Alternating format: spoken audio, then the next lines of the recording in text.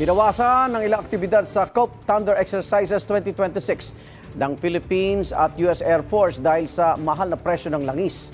May unang balita si Chino Gaston. Magkakasabay lumipad ng mga F-A-50 fighter jet ng Philippine Air Force at F-22 Raptor fighter jets ng US sa pangatlong araw ng US-Philippine Cope Thunder Exercises sa Clark Air Base, Pampanga. Kumpara sa Air Superiority Fighter Jet ng US Air Force, higit na mas maliit ang gawang South Korea na fighter jet ng Pilipinas.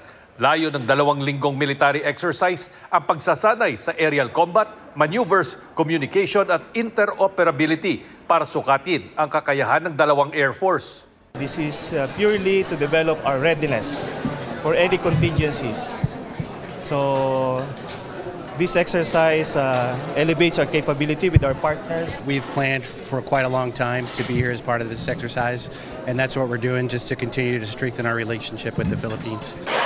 Ang F-22 Raptor ang itinuturing na pinaka-advanced na air superiority fighter jet sa mundo.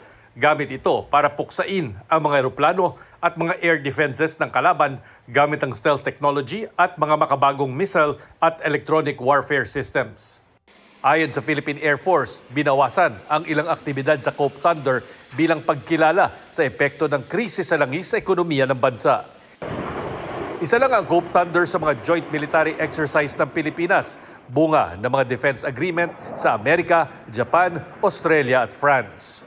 Regular ding nagsasagawa ng joint aerial patrols o multilateral maritime cooperative activity ang US, Pilipinas at iba pang kaalyadong bansa sa maritime domain ng Pilipinas sa West Philippine Sea.